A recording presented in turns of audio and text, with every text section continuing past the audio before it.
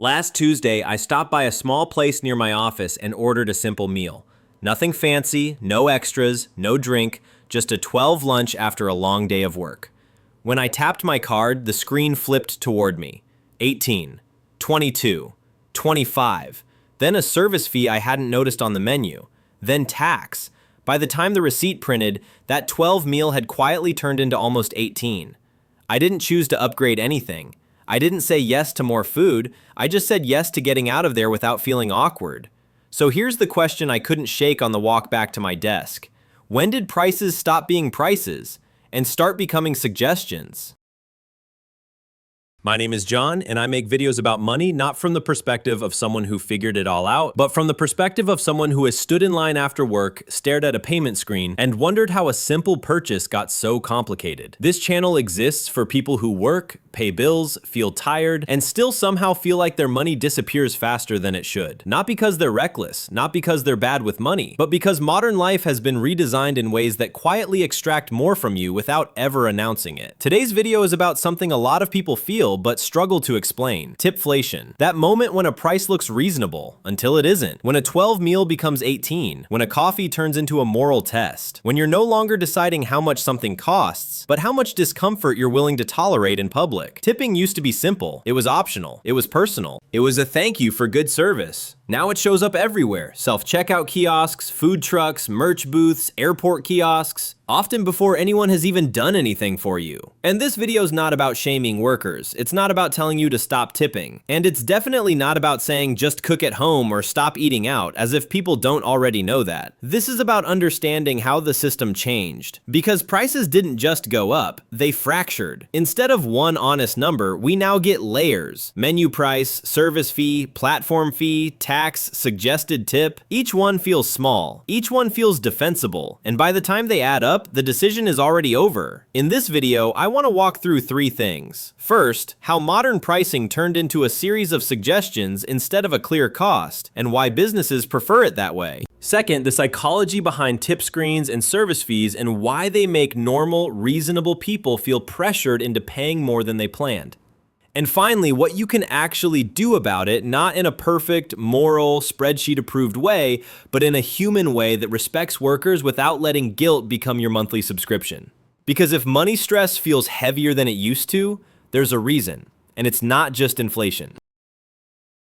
Let's slow this down and look at what actually happened to that 12 meal. Because the important thing here isn't the food, it's the structure of the bill. For most of modern history, prices were simple. You saw a number, you decided yes or no. That was it. But today, the price you see is just the opening move. The real cost is revealed in stages, like a game you didn't agree to play. Layer 1 is the menu price. This is the number your brain anchors to. $12. Reasonable, familiar, comparable. You've already decided this is acceptable before you even reach the counter. Layer 2 shows up later. The service fee. Sometimes it's called a wellness fee, sometimes a staff support fee. Sometimes it's buried in fine print near the bottom of the menu or hidden behind a tiny icon on an app. It's usually somewhere between 3 and 20. And here's the key detail. It doesn't feel like a price increase because it's framed as a cause, as something virtuous, as something you're supposed to support. By the time you notice it, you've already ordered. Walking away now feels petty, so you accept it quietly. Then comes layer 3, the tip screen. This is where the tone changes. The screen turns toward you, the line forms behind you, and suddenly you're not choosing a percentage, you're choosing what kind of person you want to be in public. The options aren't neutral. 18, 22, 25. There's no normal button anymore. There's no thanks button. There's just a sliding scale of generosity, with the lowest option subtly labeled in a way that makes you feel like you're breaking a social rule. And here's something most people miss. That tip is often calculated after the service fee, so you're tipping on a fee that may or may not even go to the worker. At this point, you're tired, you're hungry, you don't want to ask questions, you don't want to hold up the line, so you do what most reasonable people do. You press something in the middle, not because you decided it was fair, but because it was easiest. Let's do the math. 12 meal. Add a 15 service fee, 1.80. Subtotal, 13.80. Now add tax. Let's say 1.20. Now the tip screen suggests 20 on 15. That's another 3. Your 12 meal is now 18. No upgrades, no dessert, no conscious splurge, just friction, layered perfectly. And the reason this works is simple. Each layer feels small when viewed alone. No single step makes you angry enough to walk away, but together, they quietly rewrite what affordable even means. So the question isn't, why are people bad with money? The real question is, why are prices no longer allowed to be honest?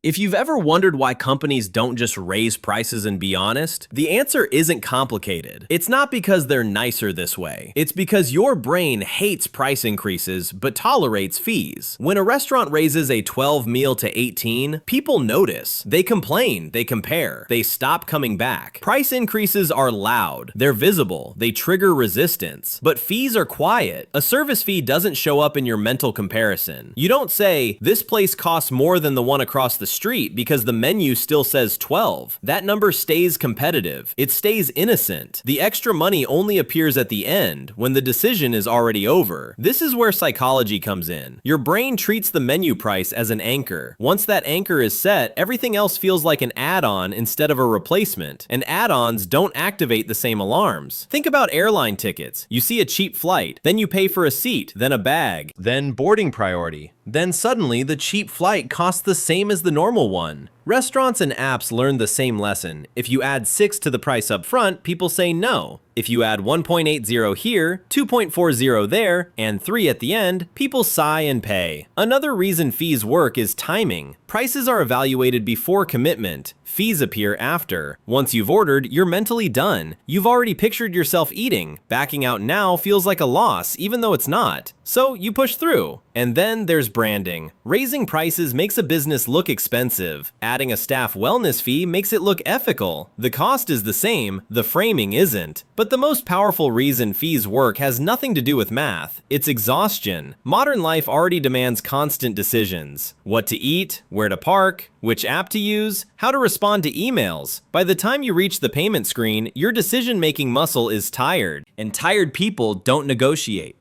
They comply. That's why the tip screen doesn't ask you to type a number, it gives you buttons. Large ones, pre-selected ones, designed to end the interaction quickly. This isn't about tricking stupid people. It works because it targets normal people at the end of their day. People who just want dinner. People who don't want to feel judged. People who don't want to start a moral debate over a burrito. And once you understand that, something important clicks. If prices feel higher than ever but your habits haven't changed, it's not because you're losing discipline. It's because pricing stopped being a single number. There's one ingredient in this system that matters more than percentages, fees, or tax. Guilt. Because if this were just about math, you could opt out. You could calculate. You could say no. But Tipflation doesn't run on logic. It runs on social pressure. Think about the moment the screen turns toward you. It's not neutral. It's bright. It's angled so everyone can see, and it asks a question that sounds simple but isn't. How much are you going to tip? Not if, how much? And suddenly, this isn't a financial decision anymore. It's a public one. Someone is waiting. People are behind you. The worker is standing right there. This is why tipping used to happen after the interaction. After service, after gratitude, after you'd already left the social situation. Now it happens inside it, and that changes everything. Because saying no to a price feels normal. Saying no to a person feels awful.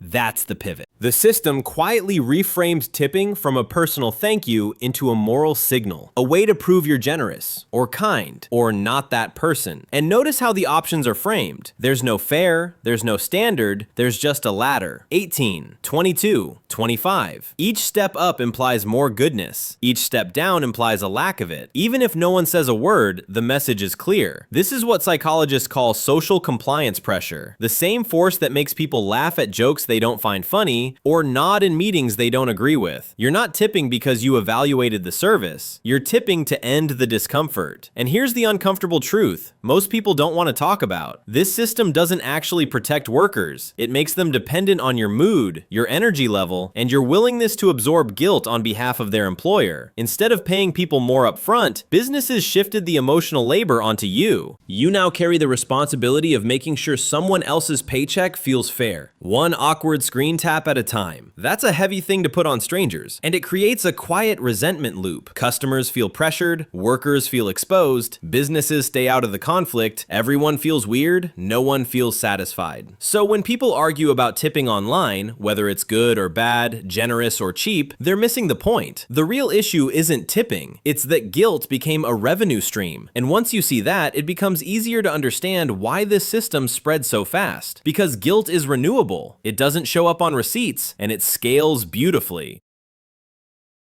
Here's the part that rarely gets talked about. This system doesn't hit everyone equally. The people who pay the most aren't the wealthiest customers. They're not the people carefully budgeting every dollar on a spreadsheet. They're the people who are busy, tired, and mentally overloaded. The people grabbing food between shifts. Parents picking up dinner with a kid crying in the back seat. Workers ordering delivery because they got home too late to cook. People whose day already demanded 100 small decisions before this one. Because Tipflation doesn't punish lack of money, it punishes lack of energy. If you have time, you can read the fine print. If you have mental space, you can ask questions. If you're rested, you can push back. But if you're exhausted, you just want the transaction to end. And that's where the system quietly extracts more. This is why the advice, just say no, misses the point. Saying no takes effort. Saying no takes social confidence. Saying no takes a surplus of emotional bandwidth. And not everyone has that at the end of the day. There's also something else going on here, something more uncomfortable. Tipflation effectively charges people more for being human. If you don't want to feel judged, you pay more. If you don't want to hold up the line, you pay more. If you don't want to look unkind, you pay more. That's not a character flaw. That's a design feature. And over time, those small moments add up. Not in dramatic ways, not in one giant bill that sends you into debt, but in a constant drip that makes your budget feel tighter than it should. You look at your bank account and think, I don't even eat out that much. But the numbers don't match the feeling. That's because you're not paying for food anymore. You're paying for friction reduction, for convenience, for speed, for social peace. And here's the final twist. The people who feel this the most are often the same people who already carry the most financial stress.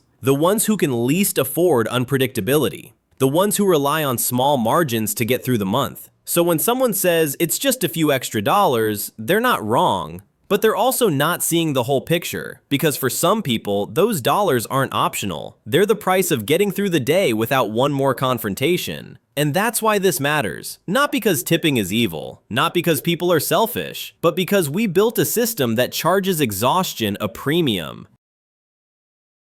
So what do you actually do with this information?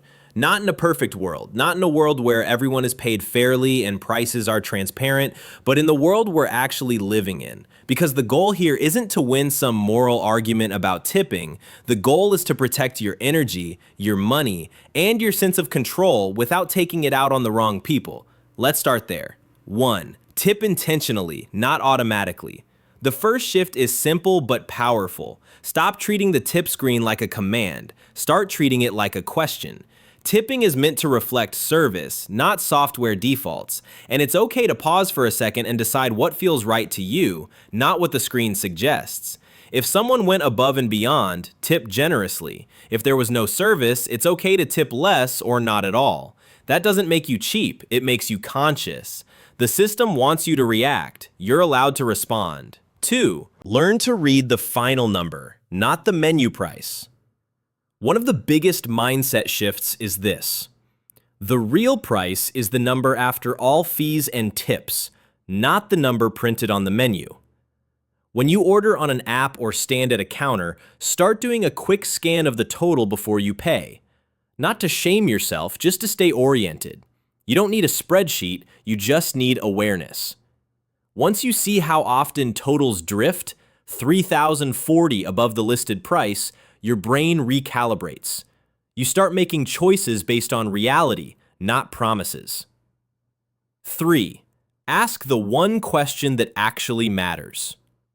If there's a service fee, there's a single question worth asking. Does this fee go to the workers? That's it. If the answer is yes, great, you can adjust your tip accordingly. If the answer is unclear, that tells you something too. You're not being rude, you're being informed. Transparency isn't confrontation, it's a boundary. 4. Choose transparency over convenience when you can. This part isn't about never using apps or never eating out. It's about noticing which businesses are clear and which ones rely on friction. Some places build higher wages into their prices and eliminate tipping entirely. Some show all fees up front, some don't. Over time, choosing transparency when it's available quietly shifts demand. You don't have to be perfect, you just have to be selective. 5. Reframe the emotional responsibility. This might be the most important one. You are not responsible for fixing broken pay structures one transaction at a time. It's generous to tip, it's human to care, but it's not your job to carry systemic guilt in every purchase. Once you understand how the system works, you can stop blaming yourself for feeling uncomfortable and start setting limits without shame. That's not selfishness, that's self-respect. And here's the paradox. When you stop tipping out of guilt and start tipping with intention, your generosity becomes more meaningful, not less. Because it's chosen.